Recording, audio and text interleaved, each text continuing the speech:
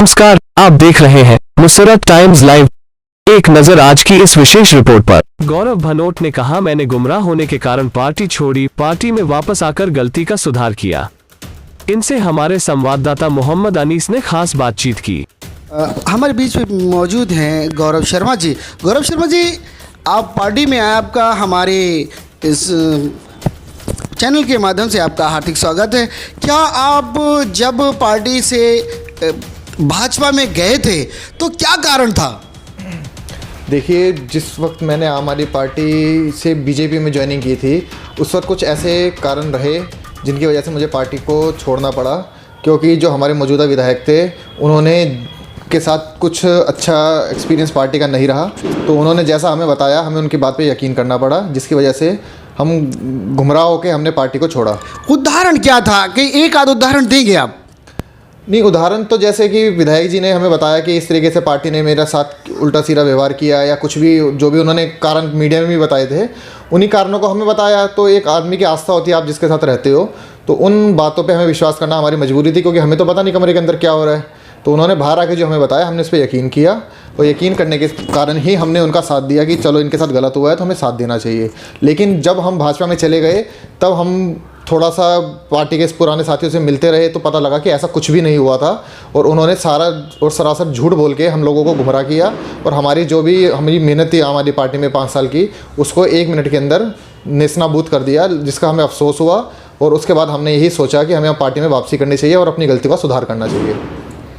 ऐसा नहीं लगता पार्टी ने वो तो कहते थे हमारे साथ ऐसा हुआ, लेकिन पार्टी ने आपको तो टिकट दिया था निगम पार्षद का। आम आदमी पार्टी ने मेरे मान सम्मान में कभी कोई कमी नहीं रखी। मेरे को नेशनल काउंसिल का मेंबर भी बनाया, मैं जिलाध्यक्ष भी रहा युवा मोर्चा के अंदर, मेरे को पार्टी ने टिकट भी दी, सब कुछ रहा। लेकिन मैंने आपको स्टार्टिंग में बताया कि एक आदमी के साथ थोड़ी आस्था होती है, आप जिसके साथ भी काम करते हो तो कहीं ना कहीं आपका उसके साथ जुड़ाव हो जाता है। तो जब उस इंसान आपको कुछ बता रहा है कि मेरे साथ ऐसा हुआ या उल्टा सीधा मेरे साथ व्यवहार किया गया, तो कहीं ना कहीं हमारा दिल थोड़ा सा दुखा उस वक्त। लेकिन मुझे लगता है कि हमारी जल्दबाजी थी, हमें थोड़ा सा उस पर विस्तार में पार्टी के नेताओं से बात करनी चाहिए थी, जो कि हम नहीं कर पाए।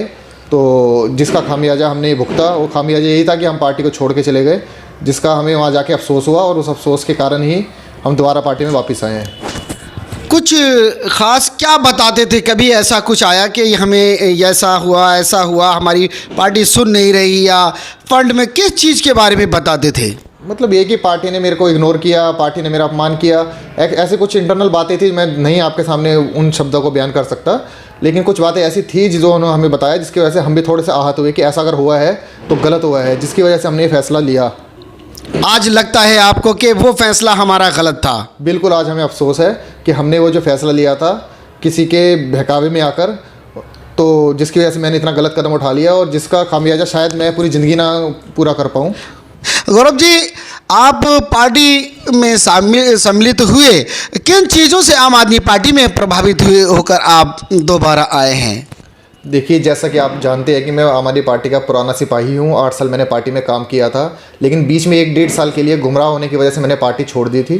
तो जिसका मुझे अफसोस हुआ और अपनी गलती का भी एहसास हुआ कि मेरे से गलती हो गई है, तो मैंने जल्द से जल्द उस गलती का सुधार करते हुए मैंने अपनी पार्टी में, अपने घर की पार्टी में दोबारा वापसी की है।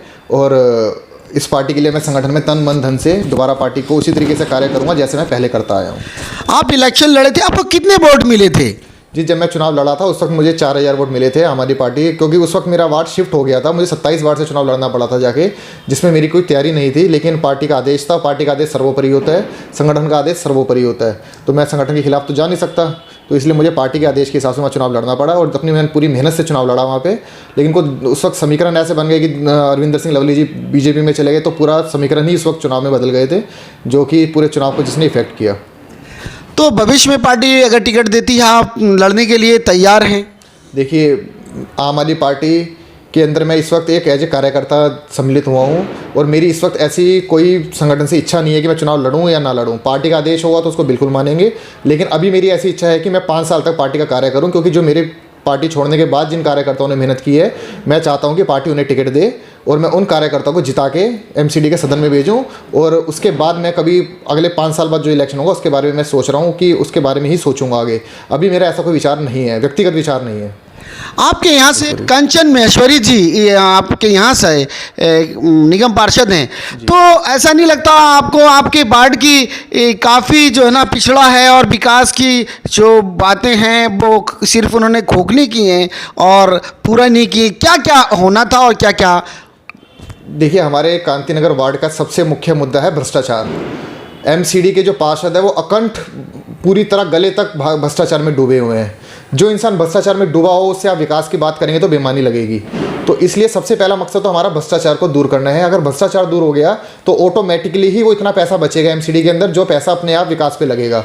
तो सबसे बड़ा मुद्दा तो हमारे यहाँ भ्रष्टाचार का है। दूसरा मुद्दा सबसे बड़ा है सफाई का।